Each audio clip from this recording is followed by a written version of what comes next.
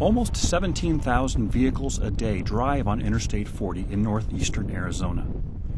Closing the busy highway is only done as a last resort to ensure safety. Several times this spring, the Arizona Department of Transportation and the Department of Public Safety have resorted to closing sections of I-40 between Flagstaff and Winslow in response to severe wind and dust storms. Over the past 3 weeks, the Arizona Department of Transportation has closed this section of road for safety reasons. We're being very proactive in trying to avoid accidents.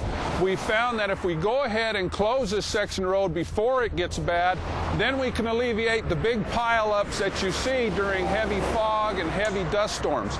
The visibility when the dust blows the way it is goes down to zero and motorists just cannot see.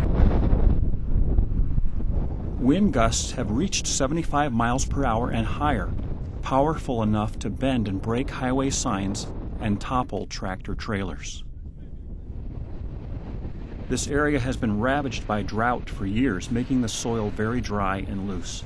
The dusty ground, combined with high wind, makes for very dangerous driving conditions.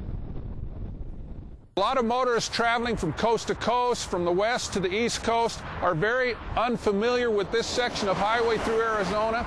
So we are taking proactive steps in keeping everyone safe, not only locally here in Arizona, but also people who are traveling this section of road going from coast to coast.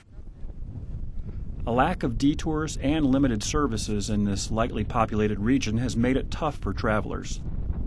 Officials are aware of the inconveniences and disruption caused by the closures, but their overriding goal is to keep everyone safe.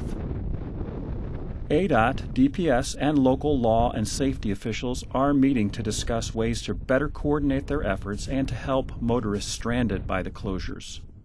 Drivers can always get the latest information about highway closures and restrictions through ADOT's travel information site at www.az511.com or by calling 511.